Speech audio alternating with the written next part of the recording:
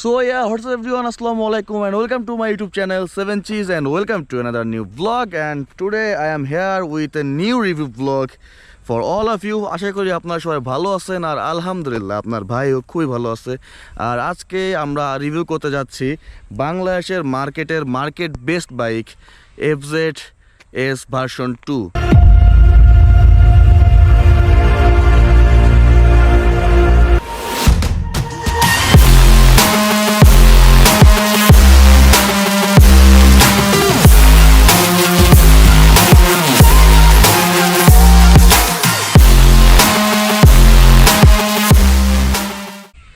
আসলে FZS version 2 Yamaha কোম্পানির একটা 150 সেগমেন্টের নেকেড সেগমেন্টের বাইক।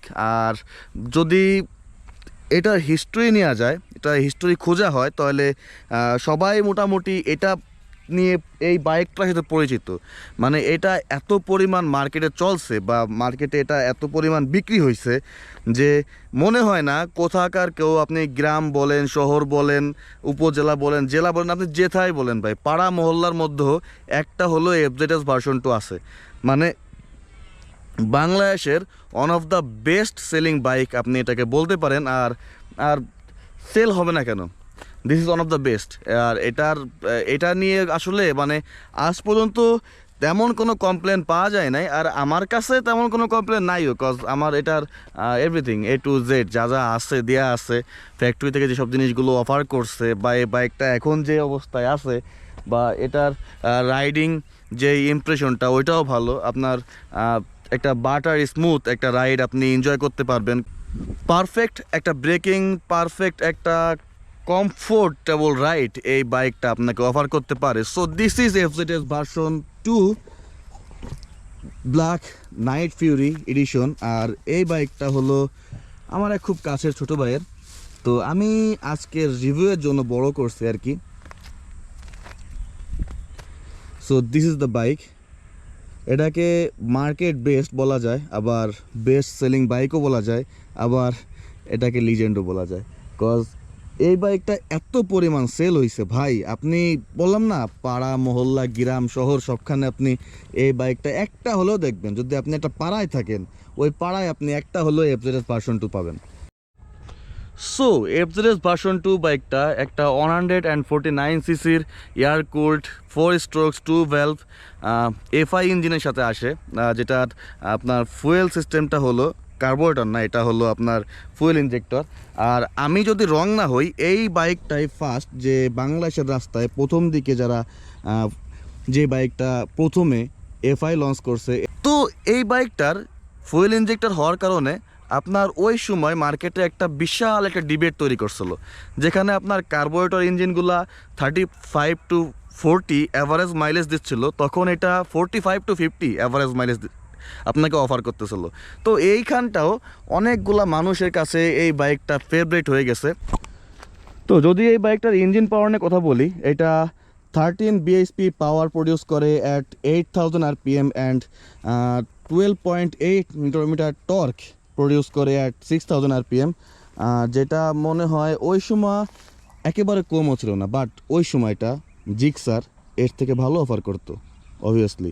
14 নিউটন টর্ক, 14 PS পাওয়ার, bhp পাওয়ার। তো এটা থেকে কিছুর দিকে আগেও ছিল, বাট এটা একেবারে খারাপ না।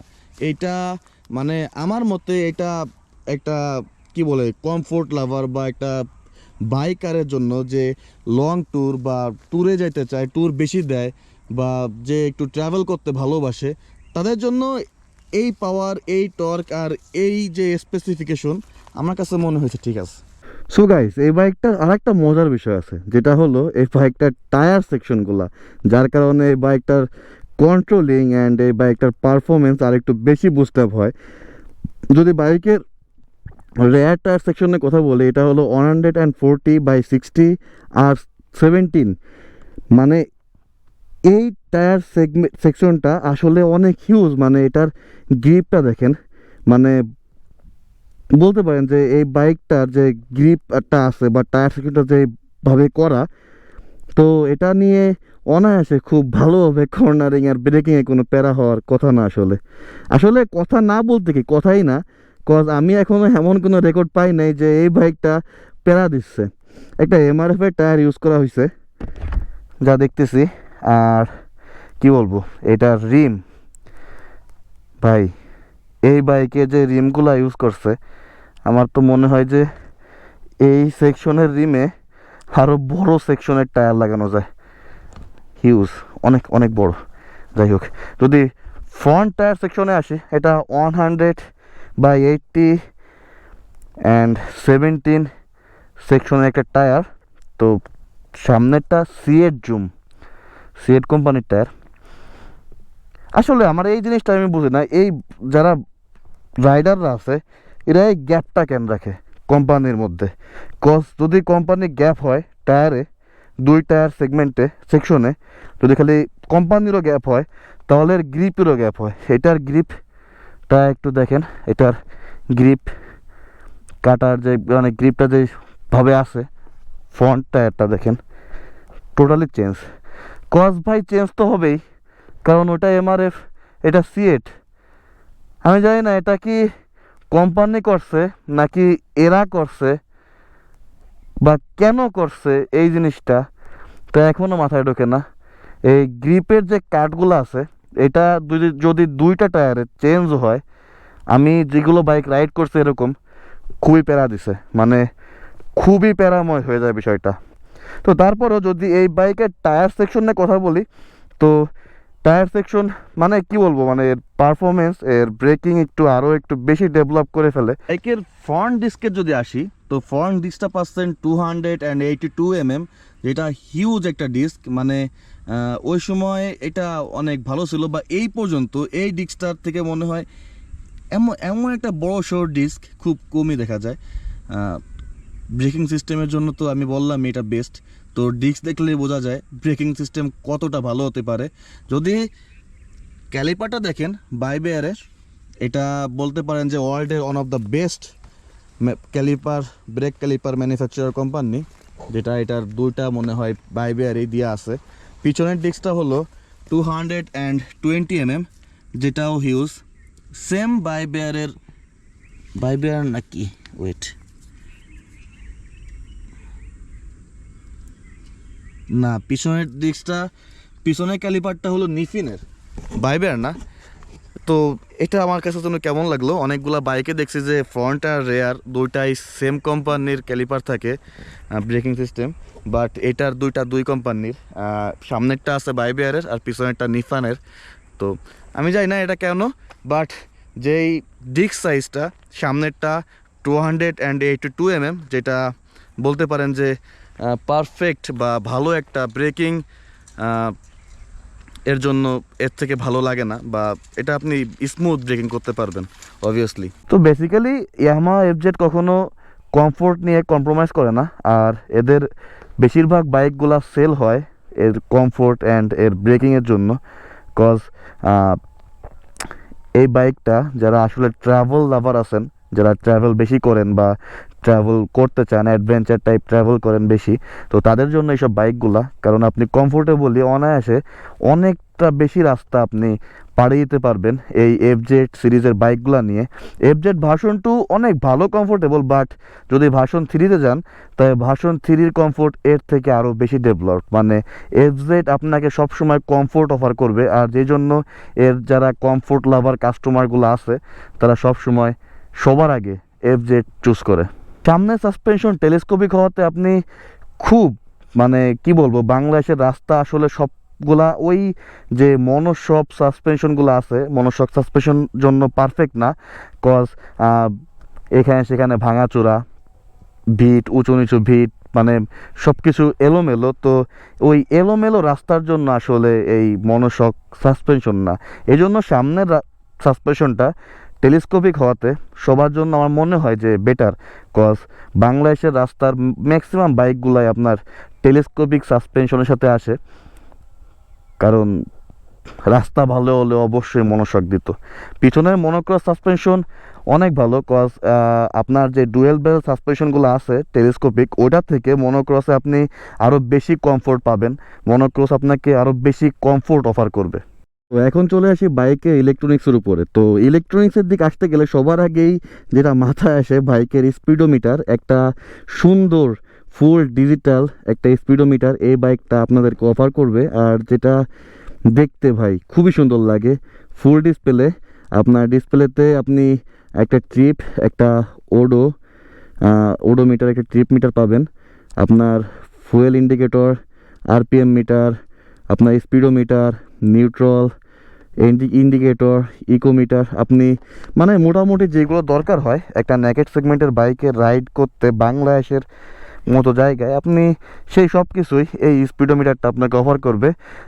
সামনের যে হেডলাইটটা এটা আসে এই বাইকে হ্যালোজিন, কিন্তু এটা মনে হয় মড দেওয়া হয়েছে বা চেঞ্জ করা হয়েছে, আফটার মার্কেট একটা এলইডি লাগানো হয়েছে, বাট এটার সাথে যেটা আসে ওইটা হ্যালোজিন আসে। আপনি ইন্ডিকেটারগুলো পাচ্ছেন হ্যালোজিন, আর ব্যাকলাইটটা এলইডি। এই পুরো বাইকে আপনি একটা লাইট এলইডি পাবেন, সেটা হচ্ছে এর ব্যাকলাইট। দেখ কিছু তো একটা এলইডি অফার করতেছে। তো এফজিএস ভার্সন 2 একটা এফআই বা ফুয়েল ইনজেক্টরের সাথে আসে, যেটা আসলে একটা যুগান্তকারী বলতে পারেন, কজ ওই সময় মার্কেট ছিল কার্বোরেটর ইঞ্জিনের। তো সেখানে এটা যখন এফআই নিয়ে আসছে, তো হিউজ একটা মাইলেজ ডিফারেন্স বা একটা ডিবেট ক্রিয়েট করতে পারছে বাইকটা। আমার মতে এটার কারণে বাইকটার সেল আরও কিছু দিক দিয়ে বাড়ছে। Let's hear the engine note.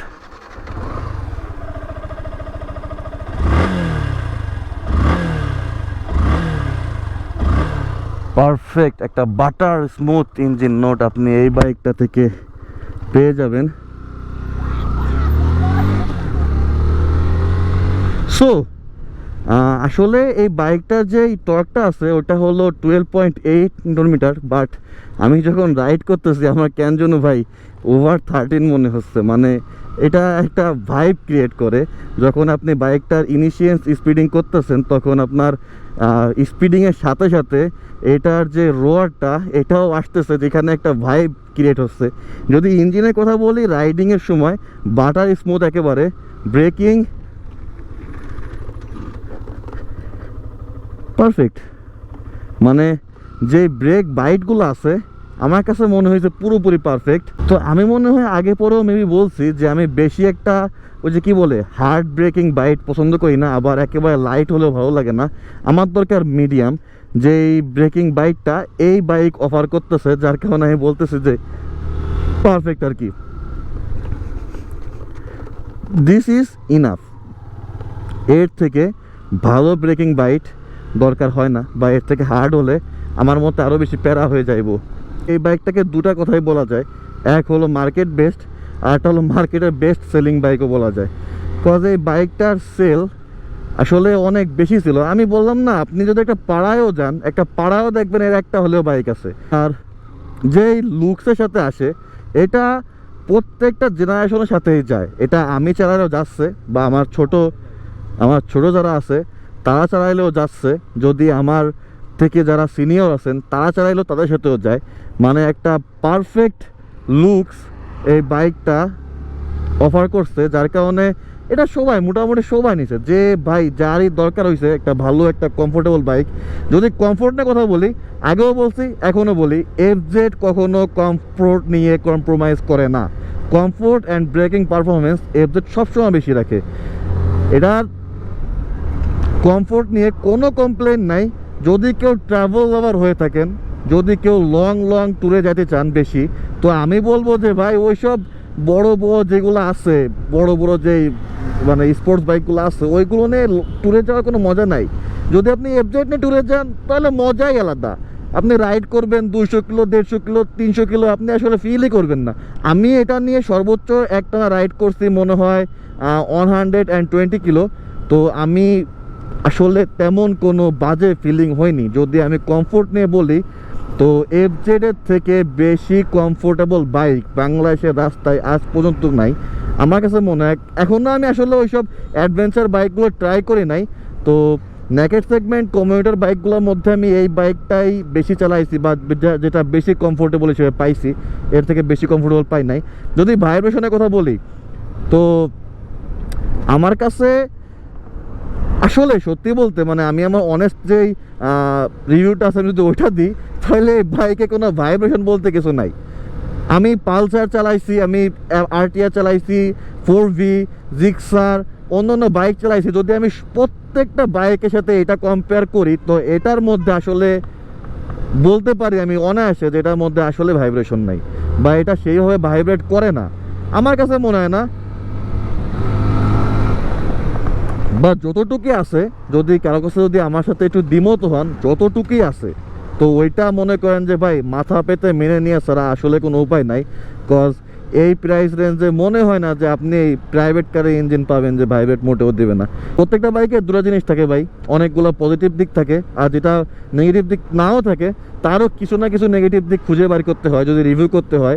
তো যদি আমি এখন রিভিউ করতে যাই আমার কিছু নেগেটিভ দিক খুঁজে বার করা লাগবে। তো আমার প্রথম যেটা মনে হয়েছে যে এই বাইকটার ইঞ্জিনটা একটু ডেভেলপ করা দরকার। কজ যেহেতু তালের যুগের সাথে তাল মিলাইতে হলে এখন সবাই 14-15 নিউটন করে টর্ক দিচ্ছে, তো সেখানে এটা 12.8 আমার মতে অনেক অনেক বেশি কম, পাওয়ারের দিক দিয়েও অনেক কম হয়ে গেছে।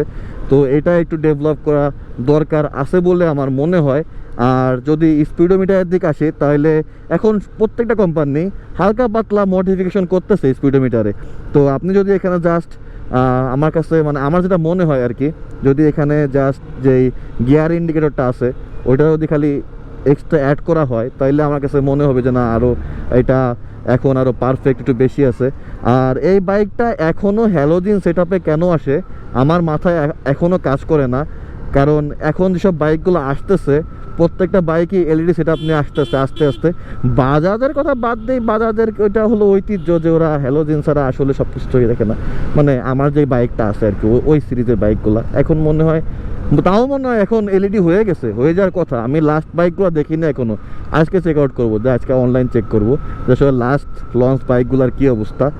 তো আসলে যদি কেউ চান যে আপনারা এফজেড ইয়ামাহা এফজেড ভার্সন 2 কেনার জন্য ভাবতেছেন, কেনার কথা ভাবতেছেন, তো আমি বলতে পারি যে আমি এটা হাইলি রেকমেন্ড করব, আপনারা নিতেই পারেন। কজ আমি বললাম এটার কমফোর্ট, এটার পারফরমেন্স, এটার ডিউরাবিলিটি, এটার মাইলেজ সব দিক থেকে ওয়ান অফ দ্য বেস্ট। আর এই বাজেটে বাংলাদেশের রাস্তায় নেকেড সেগমেন্টের মধ্যে একটা বেস্ট বাইক বলাই যায়। তো আপনারা অনায়াসে নিয়ে নিতে পারেন। বা আমাকে যদি একটু বিশ্বাস করেন তাহলে আপনারা একবার হলেও যদি কেউ ইচ্ছা হয় যে এটা একবার টেস্ট রাইড করবো, আপনারা রাইড করতে পারেন, রাইড করে দেখতে পারেন।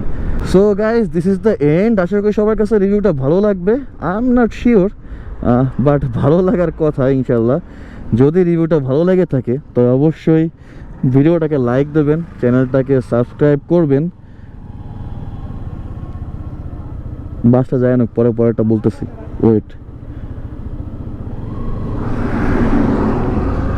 বাস চলে গেছে।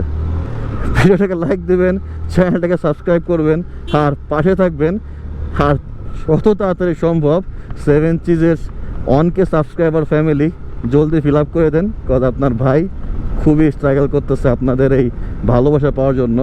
তো আমি চাই যে আপনারা খুব তাড়াতাড়ি আমাদের অনকে সাবস্ক্রাইবার ফ্যামিলিটা কমপ্লিট করেন, তারপর থেকে আরও বেশি বেশি করে এন্টারটেইনমেন্ট আপনাদের জন্য অবশ্যই আসতেছে। আল্লাহ হাফেজ, সবাই ভালো থাকবেন, দেখা হচ্ছে আরেকটা নতুন ব্লগে। ততদিন সবাই stay safe, stay secured, stay tuned and stay with 7 cheese.